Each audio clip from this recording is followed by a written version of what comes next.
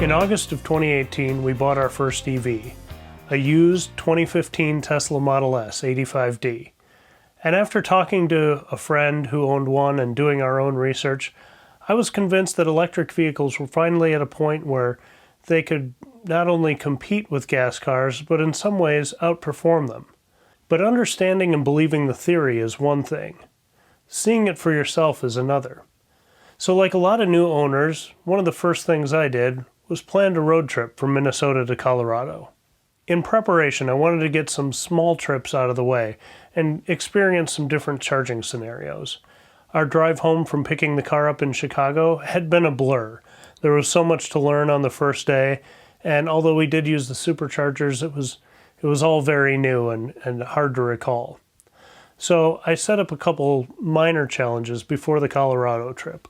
One was to drive up to Hinckley, where I knew there were Superchargers, and just plug in, see how the timing went, see how the weight was, and if we had any issues connecting. We didn't have any issues there. So another test I did was take it up with some friends to Vining, Minnesota, away from the charging network at that point, and did some tests on 120 and 240 volt charging with different adapters. After doing those things, I was feeling pretty confident and ready for our trip. So Wednesday night, the 24th of October, 2018, I said goodnight to my wife and daughter, got in the car around 9:30, and started down the road. My brother would be taking the trip with me.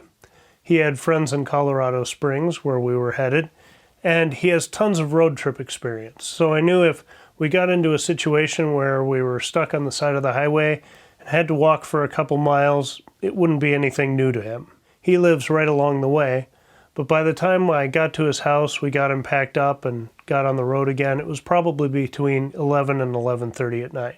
I know it might sound a little odd to start a road trip at night, but between bedtime and geography, we had our reasons.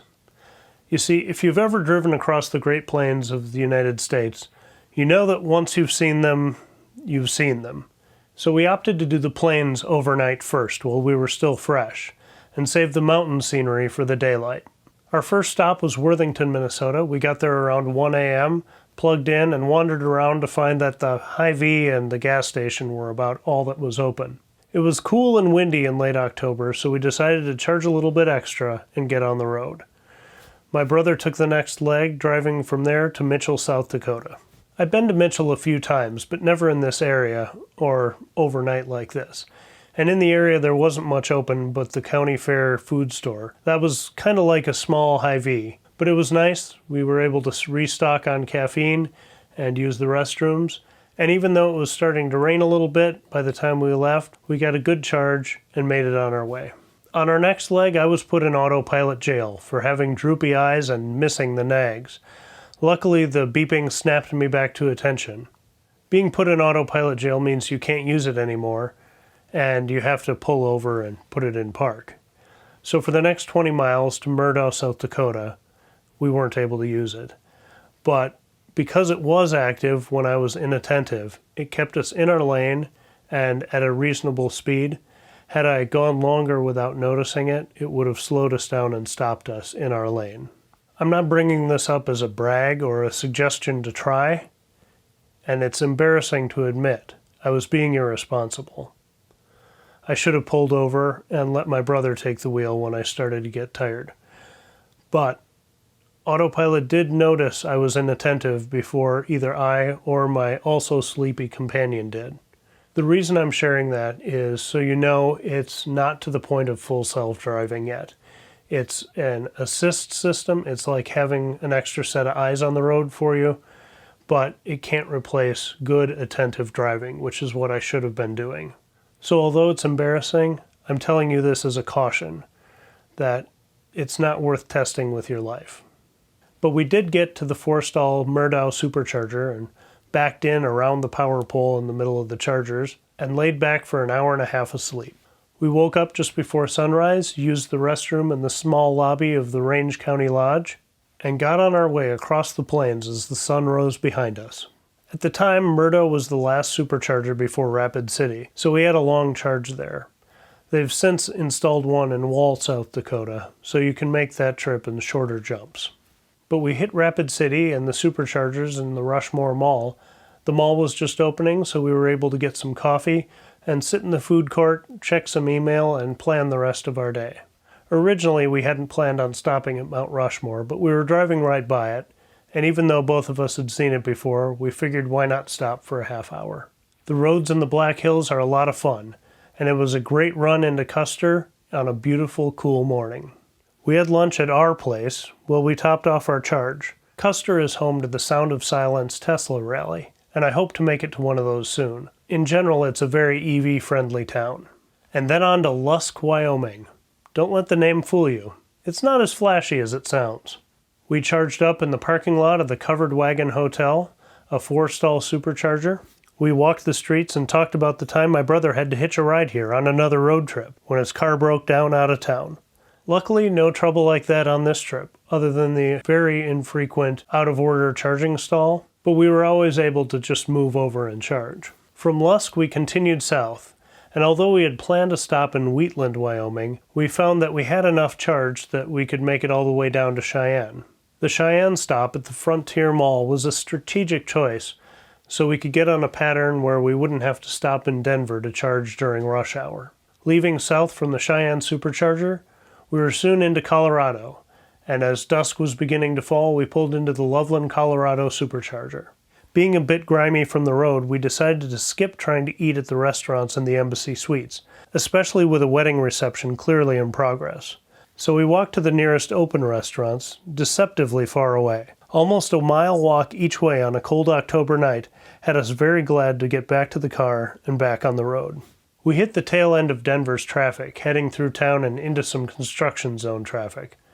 So we weren't able to meet up with our friends when we arrived in Colorado Springs later that night. But we were happy to be at the hotel and have a chance to shower and sleep. Friday, we woke up ready for a big day and Pikes Peak. We drove across the freeway to the Superchargers and let Elwood get a full charge as we walked a couple blocks away to the King Chef's Diner and had an incredible breakfast. Still new to EVs, I wasn't sure if getting a full charge would be enough to get us to the top of Pikes Peak. I knew a Tesla Model S had set the EV world record on the Pikes Peak hill climb, but I didn't know if that had been modified, or if it had a full charge when it was already there, or if they were only doing part of the mountain on the race. We were setting off from Colorado Springs, going uphill the whole way. Would we make it? Our plan was that if we got below 10%, we'd turn around and hope there would be enough regen coming all the way back downhill that we'd be able to make it to the chargers. As we were approaching the entrance to Pikes Peak, we were already down to 73%, and I was getting myself ready to be disappointed. But the Tesla blew me away, eating up elevation like it was nothing, and not needing any oxygen for combustion meant we had full power all the way to the top. The range hit wasn't nearly as bad as I expected either. It was cold, windy, and steep, but we were never driving that fast in the park. So we reached the summit very relieved and impressed with 55% left in the battery. The wind was bracing as we got out of the car in full winter gear. The summit observatory and gift shop was under construction, so things were a bit haphazard. But the skies were clear with breathtaking views that made you feel like you could see coast to coast. It was incredible. The cold, however, was piercing, and after a half hour to 40 minutes at the summit, we thought it was best to get down out of the cold and into more breathable air. With my brother driving, I was able to get some great 360-degree footage, but some of those switchbacks are pretty unnerving when you're not behind the wheel.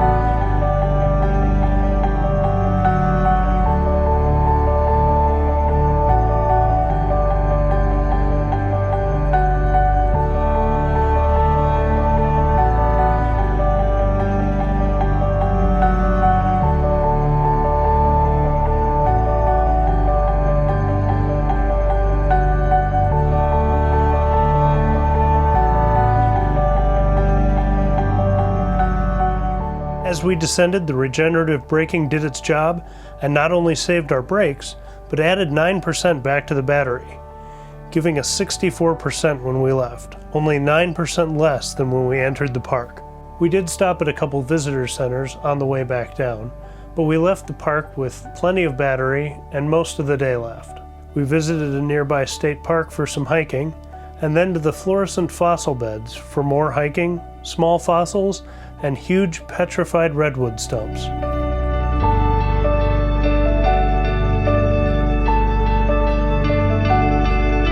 After a full day in the mountains, we headed back to Colorado Springs for dinner with friends. We met them again for brunch on Saturday morning, but with long lines, slow service at the restaurant, and visiting, we didn't leave Colorado Springs till almost noon. So we were back on the road and homeward, but with another challenge along the way. To get in more sightseeing and have more time in the mountains, we decided to head north through a more westerly route. Back past Pikes Peak and into the mountains again, we crossed high plains surrounded by stunning mountain peaks and local and state parks that made me want to come back and explore.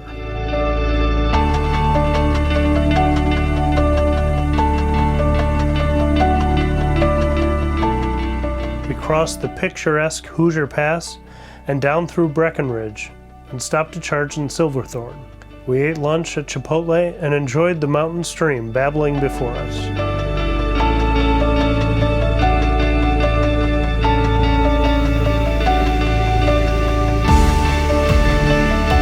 Heading downhill, we didn't need a full charge and got plenty of regen along the way. Again, avoiding the more common route through Denver, we headed north early and went toward one of my favorite places, Rocky Mountain National Park. We entered Estes Park, and although we were getting a bit low on charge, decided to go into the national park as far as we could before sunset. Winding back and forth up the mountain reminded me of my first trip here in a rental car, as it struggled to cope with the elevation. No problem for the electric car though, and we sailed up the switchback silently, with the moonroof open to take it all in. The sun was dipping behind the peaks as we hit the road-closed barrier. The rest of the pass was closed for the winter, but this was an excellent place to stop with spectacular views of the valleys before us and the sun setting over our shoulders.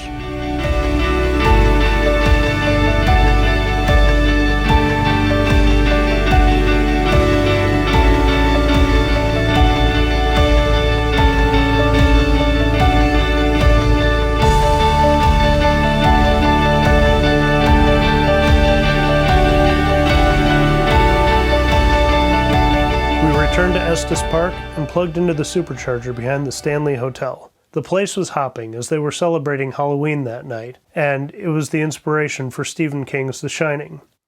There was a lot going on.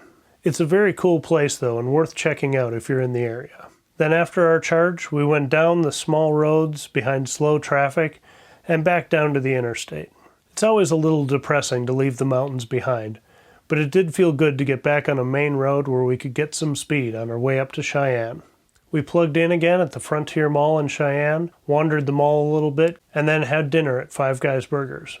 Then north back to Lusk on a new, more straight-shot approach. But this turned out to be a connectivity wasteland, and there wasn't hardly a light to be seen, other than the stars and the moonlight, which had a great effect of lighting up the hillsides in this pale moonlight that was otherworldly. Lusk, Wyoming, in the middle of the night was hopping. The Sinclair gas station was open, and the restrooms were mostly working, but there were snacks and caffeine, so we stopped in there, went back to the car, got a little rest, and then moved on our way. Getting more comfortable with our range and charging, we knew that we could skip the Custer stop and make it all the way from Lusk to Rapid City. But getting low on charge and a little bit nervous as we were getting into Rapid City kept us from stopping at a service station before we went to plug in. So once we were plugged in at the Rushmore Mall, we looked around and found that there was nothing anywhere close that was open. It was roughly 3:30 in the morning, so we had a long, cold walk to the nearest open service station. The upside of the long walk is that we got some extra charge. So I can't remember if we briefly stopped at Murdow, South Dakota, or if we just went right to Oakama. We got to the Oakama Supercharger just as the sun was coming up. We had breakfast at Al's Oasis with a bunch of folks getting set for a day of hunting. We were hunting for miles and bagged a bunch of them on our way to Sioux Falls. Sioux Falls, unfortunately, was a struggle that kind of soured the end of the trip. The Superchargers are located on the side of a Hy-Vee, and it's right near one of the entrances. So, although it was a busy Sunday morning, and there were a lot of Teslas charging, there were also a lot of gas cars just parking there. When we arrived, we pulled into the last open charging spot. I politely tried to explain to one of the gas drivers that these were our gas pumps, and if he would just move a few spots down, he wouldn't be in the way of a charger. This was met with very rude indifference, and I decided not to escalate things. I knew it wasn't worth it, but as we left the Hy-Vee about a half hour later, most of the spots were clear, other than Mr. I'll only be here for 5 minutes. And obviously by that point other charging spots were open. And I know I shouldn't let it bother me that much, but it just hung with me the rest of the day. Apparently it's a constant struggle at that location, as I've learned since from other travelers. I did my best to try to shake it off on the next leg. Because it was Sunday morning, the game was about to start, so we took that next charging stop as an opportunity to do some front gating in a much more open and active Worthington. Leaving Worthington, we were finally on the home stretch, and I dropped my brother off at his house. Being a long-time road tripper in gas cars, his impressions were that charging really didn't take that long, and that getting that regenerative power back coming down Pikes Peak and the other mountains was pretty sweet. He said he could envision a new version of Route 66, where there were charging stations and sites along the way, and how that could be a really enjoyable way to travel. He also thought it would be cool to put chargers at wayside rests, places where you could spend a little more time or take a nap. And like a lot of us, he was hoping that someday there would be a lot more chargers off the beaten path to open up the door for more adventures. Although I do wish road trips could last forever, it was nice to get back to my own house late that Sunday afternoon. I'd started with a list of questions and had most of them answered. Was an electric vehicle capable of doing a road trip in comfort and convenience? Mostly yes. The parts that weren't so great could have been fixed by me having a little more experience. Second, how were the Superchargers overnight? Were there any amenities? And this was a little more hit or miss. The chargers worked just fine, but it's good to check ahead and see if there's anything specific you need in that location before you pull over and plug in. Number 3, how was the routing and charge planning? Between Tesla's planning tools and a better route planner, I had plenty of options and flexibility. I was definitely taking a more cautious approach on the way to Colorado than the way back, but that comes with experience. Number 4, can you have fun, or are you just worrying about range all the time?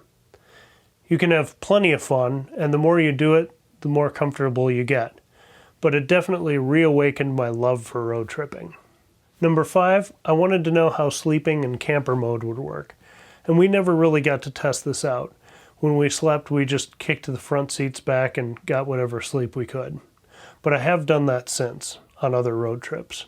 We just had the climate hold on, and slept as well as you can sitting upright. Number 6, I wanted to gauge the hospitality of the other owners, the business owners, and just the general public as we were charging. Other than the situation in Sioux Falls and one other truck driver in Colorado, everybody was very pleasant or indifferent. For the most part, people were very welcoming and cool, but I had expected more interaction at the Superchargers. I had heard a lot about Tesla time where everybody just gets out and talks while they charge, and that didn't really happen. I guess it's become a much more normal thing now, and people just go about their daily business. Number 7, and the big mission for the trip, was, can the car handle Pikes Peak? Of course it did great. So great, in fact, that I'm a little embarrassed that my lack of knowledge made me think it was going to be tough. It was a great trip and short adventure that really put my mind at ease about driving an EV. We'd traveled long distances, gone over mountains, and been thoroughly cold. I was happy and relieved we'd made the switch, and it's only become better in the last year and a half. Thanks for watching, I do appreciate it. And if you have any questions, feel free to leave them down below, and I'll do my best to answer them. If you want more information on some of the specific Superchargers we stopped at, I have reviews for most of those on my channel. I'll also have a link to a page where you can see a lot more Supercharger reviews from other people. If you enjoyed this, please give it a like or your subscription. And if you didn't, feel free to let me know why, and I'll try to bring you more content that might be more helpful. Regardless, have a great day and happy road tripping.